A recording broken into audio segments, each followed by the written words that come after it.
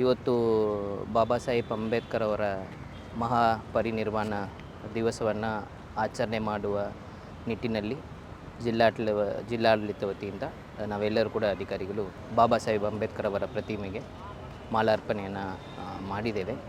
ಅವರ ಈ ಒಂದು ಚಿಂತನಾ ದಾರಿಯನ್ನು ಇವತ್ತು ನಾವು ಎಲ್ಲರೂ ಕೂಡ ಸ್ಮರಿಸಬೇಕಾಗಿರುವಂಥ ಈ ಅವಕಾಶದಲ್ಲಿ ದಕ್ಷಿಣ ಕನ್ನಡ ಜಿಲ್ಲೆ ಹಿಂದಿನ 15 ಸೆಪ್ಟೆಂಬರ್ ಅಂತಾರಾಷ್ಟ್ರೀಯ ಪ್ರಜಾಪ್ರಭುತ್ವ ದಿವಸದ ಒಂದು ಗುರುತಾಗಿ ಆಗಿರುವಂಥ ಮಾನವ ಸರಪಳಿಯಲ್ಲಿ ರಾಜ್ಯ ಮಟ್ಟದಲ್ಲಿ 2ನೇ ಸ್ಥಾನವನ್ನು ಪಡೆದಿರುವಂಥ ಪ್ರಶಸ್ತಿ ಪತ್ರವು ನಮಗೆ ತಲುಪಿದೆ. ಇದಕ್ಕೆ ನಮ್ಮ ಸಮಾಜ ಕಲ್ಯಾಣ ಇಲಾಖೆ ಮತ್ತು ಜಿಲ್ಲಾಡಳಿತ, ಜಿಲ್ಲಾ ಪೊಲೀಸು, ಎಲ್ಲ ಜಿಲ್ಲಾ ಪಂಚಾಯತ್ತು ಮತ್ತು ಎಲ್ಲ ಅಧಿಕಾರಿಗಳು ಮತ್ತು ಸಾರ್ವಜನಿಕ ಬಾಂಧವರು, ಸಂಘ ಸಂಸ್ಥೆಗಳು ಕೈ ಜೋಡಿಸ್ಕೊಂಡು ಇದನ್ನು